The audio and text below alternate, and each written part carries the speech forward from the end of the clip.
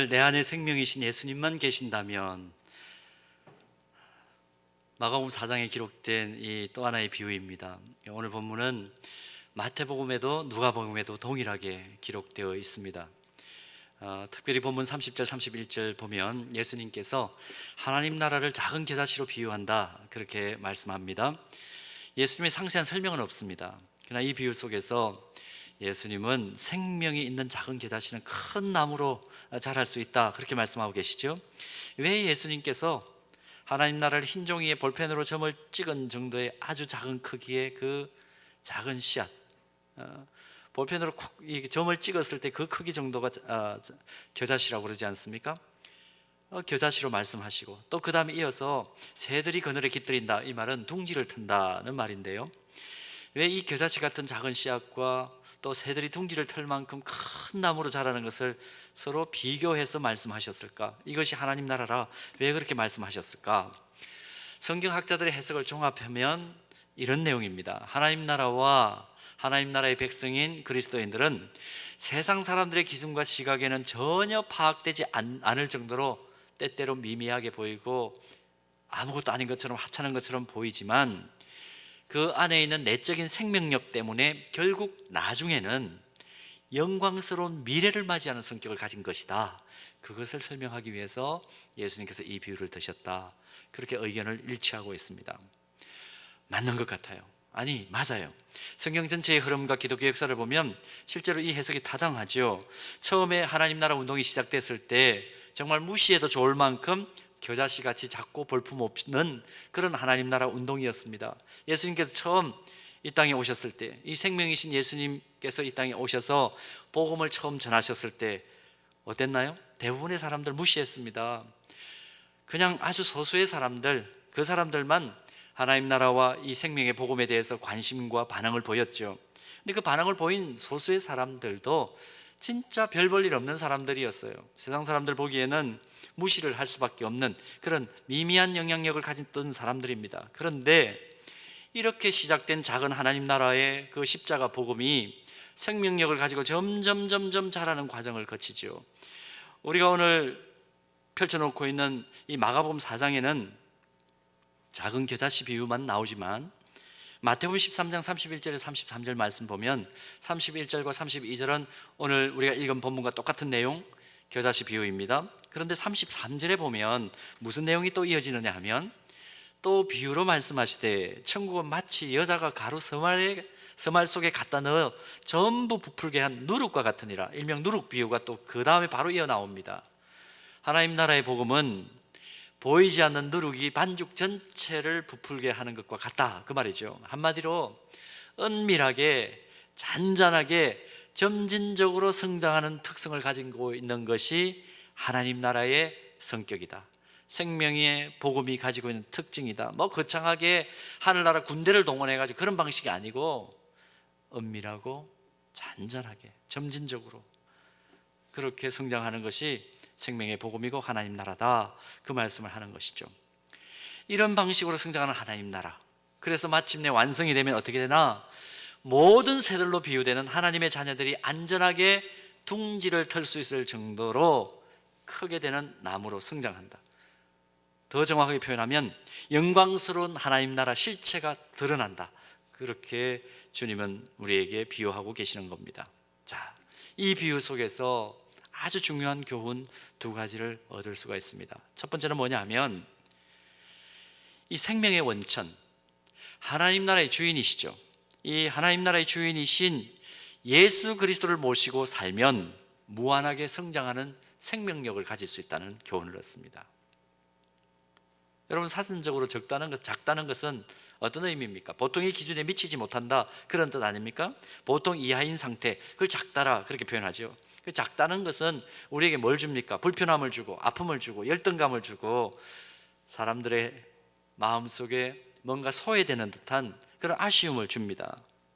물량주의가 대세인 현대문화의 흐름 속에 대부분의 사람들은 거대함이라는 우상에 매몰되어 있습니다. 최대의 것만 사람들이 관심이 많죠. 특히 대한민국은 그런 것 같아요.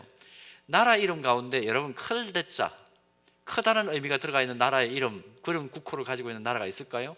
대한민국밖에 없습니다. 근데 여러분 아마 좀 세계를 다녀보신 분들은 그레이트 브리튼 있잖아 이렇게 얘기하시는지 모르겠는데, 그레이트 브리튼은 잉글랜드, 웨일즈, 그 다음에 스코틀랜드, 이 세 나라를 품고 있는 잉글랜드 브리튼 섬을 가리킬 때 그레이트 브리튼 이렇게 표현합니다. 그러니까 국호는 아니죠. 그러니까 국호로는 크다, 위대하다 이런 의미를 가지고 있는 나라, 이름을 가지고 있는 나라는 우리 대한민국밖에 없어요. 그러다 보니까 어떻습니까? 다 그런 것은 아니지만 사회 풍토가 좀 그런 것 같아요. 작은 것은 무시해도 괜찮고 하찮게 취급해도 된다, 그런 의식이 조금 팽배한 것이 있습니다. 조심해야 되죠. 근데 오늘 작은 겨자씨의 비유를 통해서 아무리 작고 볼품이 없어 보여도 그 안에 생명만 있다면 사실은 그것이 큰 것이야, 그것이 가장 가치로운 것이야, 그 진리를 예수님께서 지금 드러내어 주십니다. 그러므로 생명은 근본적으로 숫자의 차원이 아니고, 물량의 차원이 아니고 뭐의 차원입니까? 질적인 차원이다. 어린아이들, 그런 일들이 없어야 되겠지만 신생아를 낳았을 때 간혹 인큐베이터에 들어가는 아이들을 우리가 볼 때가 있습니다. 체중이 미달되기 때문에 그런 일이 생기는 거죠. 인큐베이터 속에서 수많은 호스를 꺾고 있는 그 존재, 우리가 왜 애지중지하면서 정말 24시간을 간호를 합니까? 이유가 무엇입니까? 생명이기 때문에. 아무리 작아도 생명이기 때문에 소중하게 여기는 것이죠. 그래서 예수님은 마태복음 16장 26절에서 생명을 지닌 우리 한 사람 한 사람의 가치를 이렇게 설명해 주십니다. 마태복음 16장 26절 한번 보십시오. 사람이 만일 온 천하를 얻고도 제 목숨을 잃으면 무엇이 유익하리요? 사람이 무엇을 주고 제 목숨을 바꾸겠느냐? 천하라는 말은 온 세상을 뜻하지 않습니까? 그러므로 아무리 작아도 생명만 있다면 그것은 천하, 세상 그 어느 것보다도 크고 고귀한 가치를 지닌 것이다. 그 진리를 예수님께서 확인시켜 주십니다. 그런데 더 중요한 것은 이런 가치를 지닌 우리의 생명을 더 생명답게 만들어 주시는데, 요한복음 10장 10절 말씀 보십시오. 도적이 오는 것은 도적질하고 죽이고 멸망시키려는 것뿐이요, 내가 온 것은 양으로 생명을 얻게 하고 더 풍성히 얻게 하려는 것이라. 자신의 양들에게 더 풍성한 생명을 주시는데, 이분이 누구시냐? 요한복음 14장 6절 보면 그 대답이 명쾌하게 나오죠. 예수께서 가라사대 내가 곧 길이요 진리요 무엇이니? 생명이니 나로 말미암지 않고는 아버지께로 올 자가 없느니라. 자, 지금까지 함께 우리가 보았던 이 말씀을 종합해 보면 어떤 의미입니까? 우리가 나의 주 나의 하나님으로 고백하는 예수 그리스도께서 생명의 원천이시다, 그걸 밝혀주고 있죠. 이 예수님께서 그의 양들인 우리의 생명을 더 풍성하게 해주신다 그랬습니다. 그러므로 오늘 본문에서 하나님 나라를 생명을 가진 작은 겨자씨로 비유하신 예수님의 의도는 아주 명확해집니다. 세상 사람들 기준에는 보잘것없고 무의미하고 하찮은 존재로 때때로 우리 그리스도인들이 취급될 때가 있습니다. 교회가 그렇게 보여질 때가 있습니다. 그러나 그 중심에 풍성한 생명을 얻게 하시는 궁극적인 생명의 원천인 예수님께서 계시기만 하다면 그 사람은, 또 그런 사람들이 모인 공동체인 교회는 위대하다는 것입니다. 가장 고귀한 것이라는 겁니다. 그래서 교회를 생명의 근원이신 예수님을 그 중심에 모신 사람들의 모임, 공동체라고 해서 생명 공동체 이렇게 부르는 겁니다. 여러분, 많은 공동체에 지금 가입되어 계시고 활동하고 계시죠? 어느 공동체에서 우리는 생명 공동체야 얘기하는 그런 공동체 있습니까? 가정 외에는 없습니다. 그런데 교회는 생명 공동체예요. 오늘 생명 공동체를 모인 우리가 믿고 있는 성경의 하나님은, 그래서 이 생명 공동체에 소속되어 있는 우리 한 사람 한 사람, 우리 생명을 어떤 방식으로 대하시느냐. 사도 요한이 요한일서 4장 16절에서 하나님이 생명인 우리가 모인 생명 공동체를 어떻게 대우하시느냐 이렇게 설명을 해줍니다. 요한일서 4장 16절, 하나님이 우리를 사랑하시는 사랑을 우리가 알고 믿었노니 하나님은 사랑이시라. 사랑 안에 거하는 자는 하나님 안에 거하고 하나님도 그의 안에 거하느니라. 여러분, 이 말씀 보니까 우리가 어떤 존재예요? 겉보기에는 하얀 백지 위에 0.7mm도 아니고 0.5mm짜리 볼펜 촉으로 그냥 콕 점 하나 찍어 놓은 것과 같은 그런 작은 겨자씨 같은 미미한 존재로 보여도 우리 안에 죽음의 철장을 깨뜨리시고 부활하신 예수 그리스도의 생명이 살아 움직이는 존재가 누구냐? 바로 저와 여러분들이에요. 오늘 예배하는 우리들이에요. 그래서 만물을 다스리시는 하나님이 가장 사랑하시는 사랑의 대상이 된 존재가 오늘 예배하는 우리들입니다. 그러므로 우리는 세상 사람들처럼 혼자 힘으로 살아보려고 버둥거리는 그런 어리석은 존재들이 아닙니다. 세상 모든 만물이 그에게서 나오고 결국 그에게로 돌아가는 예수님이 우리 안에 계시고 만물의 주권자이신 하나님이 사랑하시는 대상이 바로 우리들이에요. 이것이 우리가 예배당 안에 모일 때마다 나누는 이야기입니다. 여러분 어마어마하지 않습니까? 어마어마하죠. 그래서 우리 이 시간에 같이 한번 스스로 확정을 했으면 좋겠는데요. 저를 한번 따라서 해보십시오. 자기에게 하는 이야기입니다. 저를 따라 해주시면 고맙겠습니다. 생명이신 주님이 내 안에 계신다.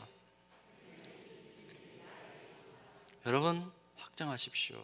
생명이신 주님이 내 안에 계십니다. 그러니까 옆에 분은 어떤 분이에요? 그 고백을 하는 옆에 분은 생명이신 주님이 우리 집사님 안에, 권사님 안에, 장로님 안에, 우리 성도님 안에, 형제, 자매 안에 살아 역사하십니다. 그렇게 인정해 드릴 수 있는 거죠. 그렇게 인정해 드릴 수 있는 거죠. 여러분 이 진리를 깨닫고 있다면 지금 비록 세상 사람들 보기에 좀 가진 것이 없어요. 초라해 보여요. 볼품이 없어 보여요. 결코 현실을 부끄러워하거나 우리는 패배주의와 비관론에 빠져들 수 없습니다. 오히려 모든 것보다 크신 생명의 원천이신 예수님과 함께 자존감을 가지고 언제나 당당하게 살아가야 될 존재가 바로 하나님의 사랑받는 자녀인 우리들인 겁니다. 오늘 할렐루야 중주단에서 연주한 그 찬양이 딱 맞아요. 주와 함께, 주와 함께. 지금도 가고 앞으로도 갈 것이야. 그래서 저는 항상 이 생각을 합니다. 우리 그리스도인들은 삼동을 해야 된다. 삼동이 뭐냐? 주님과 함께 동행하고 동거하고 동역해야 될 존재가 바로 그리스도입니다. 주님과 함께 동행하고 동거하고 동역하면 어떤 일이 벌어지나요? 내 앞에 당면한 모든 상황을 예수님의 시각에서 바라보고 문제가 있다면 하나님의 사랑하심 안에서 문제를 해결하고 성령 하나님께서 주시는 특별한 은혜로 미래를 내다볼 줄 아는 영적인 안목을 가지고 사는 것이죠. 삼동하십시오. 여러분 우리 이렇게 이제 한번 인사해 볼까요? 삼동하십시오. 무슨 뜻입니까 이게? 삼동하십시오. 주님과 삼동하십시오. 주님과 삼동하십시오. 내일부터 4단계로 격상된다고 그럽니다. 마음이 어둡죠. 그러나 그 가운데에서도 잊지 마십시다. 우리 주님과 생명의 주님과 삼동하기를 축복합니다. 동행하고 동거하고 어디에 있든지 동역하는 그런 우리들. 아무리 그러니까 미래가 불투명하고 어둡다 하더라도 우리는 궁극적으로는 큰 나무를 이루는 위대한 일을 우리 현실 속에서 경험할 수 있는 존재들인 겁니다. 자, 그런가 하면 두 번째로 오늘 이 비유 속에서 얻을 수 있는 또 하나의 교훈이 있습니다. 생명의 주님을 모시고 살면 처음보다 나중이 더 좋아진다는 것입니다. 생명의 주님을 모시고 살면 처음보다 나중이 더 좋아질 수밖에 없다. 여러분 본문 31절 다시 한번 보실까요? 심긴 후에는 자라서 모든 풀보다 커지며 큰 가지를 내나니 공중의 새들이 그 그늘에 깃들일 만큼 되느니라. 이 말씀은 기독교 역사관을 아주 명료하게 보여주는 말씀입니다. 기독교 역사관은 어떤 역사관이냐 하면 불교처럼 윤회를 이야기하는 순환 역사관이 아닙니다. 또 과거로 퇴행하는 역사가 아닙니다. 물론 과거에 경험했던 것을 데자뷰처럼 우리가 경험할 수는 있지만 그 속에도 하나님은 계속해서 우리를 발전시키십니다. 이게 기독교 역사관이에요. 그래서 기독교 역사관을 가진 그리스도인은 세상이 아무리 비관적으로 돌아가도 그 속에서 하나님께서 장차 이루실 목표 지점을 늘 바라봅니다. 그 목표 지점이 어딘가? 새하늘과 새 땅이에요. 성경을 보면 인류 역사의 첫 시작인 창세기 1장에서부터 이런 기독교의 발전적인 역사관, 직선적인 역사관, 목표 지점에 도달하는 그런 낙관적인 역사관이 고스란히 그 창세기 1장부터 기록되어 있습니다. 여러분, 창세기 1장을 딱 펼쳐보면 하나님께서 6일 동안 말씀으로 세상을 창조하시는 내용이 나오죠. 첫째 날 빛이 있으라 말씀하시고 그 말씀대로 빛이 생겼습니다. 그 이후에 하나님께서 뭐라고 말씀하시나요? 보시기에 좋았더라, 감탄을 하시죠. 이렇게 시작된 하나님의 창조 사역이 매일 차례대로 진행되는 것을 창세기 1장은 기록합니다. 재미있는 것은 뭐냐 하면 하나님께서 매일 창조 사역을 끝내시고 난 이후에 하나님 보시기에 좋았더라, 보시기에 좋았더라, 이 감탄을 계속 이어가세요. 영어 성경을 보면 계속해서 이 문장이 나옵니다. It was good, it was good. 이 문장이 계속해서 반복적으로 매일 나옵니다. 그런데 더 흥미로운 것은 뭐냐 하면 제일 마지막 창조 사역이 뭡니까? 가장 고등한 피조물을 창조하시죠. 누굽니까? 사람을 창조하시죠. 하나님의 형상과 모양으로 사람을 창조하신 이후에 하나님께서 하신 감탄사를 조금 유심히 볼 필요가 있습니다. 창세기 1장 31절 보시면 이렇게 기록되어 있습니다. 잘 보십시오. 하나님의 감탄사가 들어있는데요, 마지막 6일째 하나님이 지으신 그 모든 것을 보시니 보시기에 어떻더라고요? 심히 좋았더라.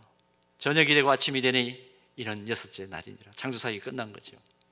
하나님의 감탄이 심히 좋았더라, 최상급입니다. 영어 성경을 보면 이 표현을 It was very good이라고 생각했습니다. very good. 다른 것도 It was good인데 It was very good.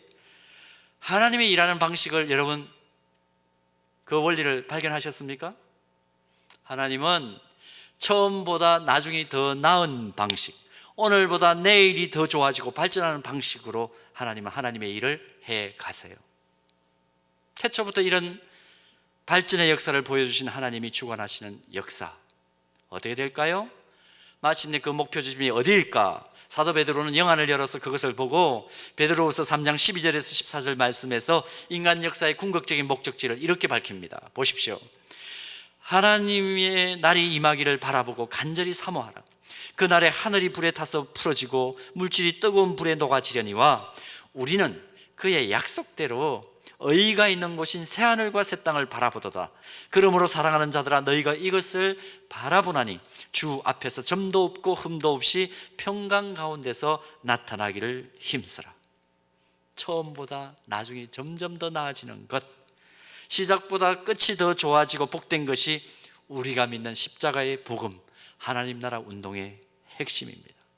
그러므로 아무리 지금 우리의 눈에 비관적인 상황이 펼쳐지고 또 실망할 수밖에 없는 상황이 있고 우리 마음을 흐트러뜨려 버리는 그런 어려운 상황이 발생해도 우리는 절대로 그 자리에 멍하게 머물러 있거나 불평하면서 그 자리에 주저앉아 있을 수가 없는 존재들이에요. 사실 지난 한 주간 코로나19가 다시 감염 확산으로 치닫고 교회 안에서도 조금 원치 않았지만 어려운 일들이 월요일 아침부터 막 발생을 하고 많은 염려가 커졌습니다. 그 어지러운 상황 한복판에서 개인적으로도 마음이 참 힘들었습니다. 마음이 참 힘들었어요. 진짜 밥이 안 먹히더군요. 이게 보니까 가만히 생각을 해보니까 완전히 이게 코로나19 바이러스가 온 세상을 압도하고 있는 것 같아요. 우리는 그냥 짓눌려 있는 것 같아요. 어떻게 할까? 그런데 오늘 주일 여러분들과 지금 말씀 나누는 이 본문 31절을 잠잠히 묵상하면서 마음을 추스를 수 있었습니다.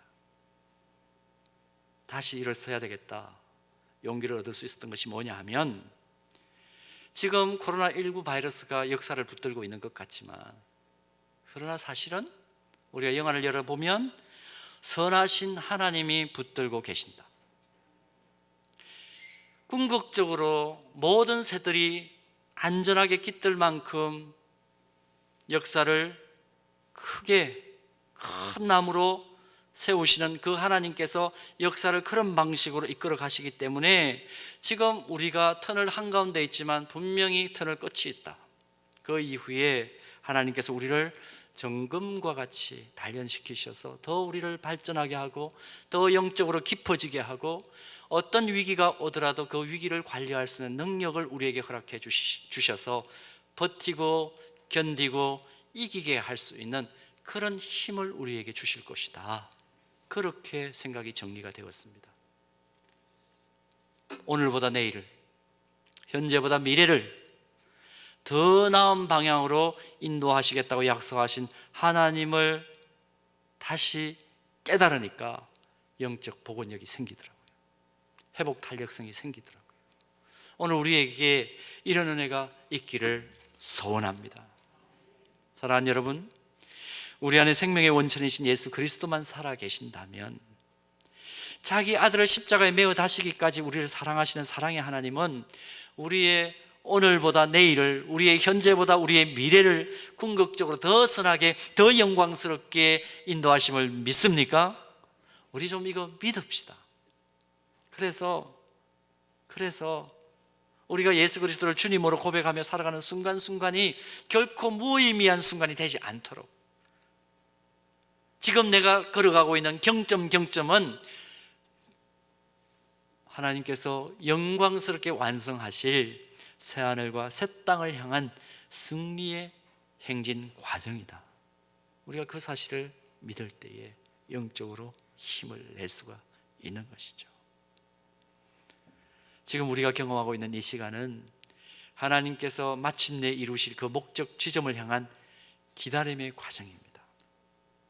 새하늘과 새 땅을 바라보면서 생명이신 예수 그리스도와 함께 하나님의 형상을 회복하고 복음의 씨앗을 뿌려서 하나님 나라를 확장하는 시간, 계속해서 복음의 생명력을 가지고 전진하는 시간이 바로 우리가 살아가는 지금 이 한순간 한순간인 것입니다. 그래서 선지자 이사야는 이사야 43장 18절에서 20절 사이에 하나님의 심장을 가지고 이렇게 선포합니다. 여러분 잘 아는 말씀이에요. 한번 들어보십시오. 너희는 이전 일을 기억하지 말며 옛날 일을 생각하지 말라. 보라, 내가 새 일을 행하리니 이제 나타낼 것이라. 너희가 그것을 알지 못하겠느냐? 반드시 내가 광야의 길을, 사막의 강을 내리니 장차 들짐승 곧 승냥이와 타조도 나를 존경할 것은 내가 광야의 물을, 사막의 강들을 내어 내 백성 내가 택한 자에게 마시게 할 것이라. 우리를 향한 이 위대한 약속이 지금 내가 살아가면서 호흡하는 순간순간들마다 이루어지고 있다는 사실을 우리 잊지 말기를 바랍니다. 그래서 지금 어렵습니다. 더 이상 뭐 말할 필요도 없죠. 그러나 그 속에서라도 주님이 내 안에 살아계심으로 다시 회복 탄력성을 가지고 일어설 수 있는 우리 모두가 되기를 바라고, 우리의 경제 상황이 되기를 바라고, 우리 가정의 모든 형편이 되기를 바라고, 여러분들 일터의 현장이 되기를 주님의 이름으로 축복합니다.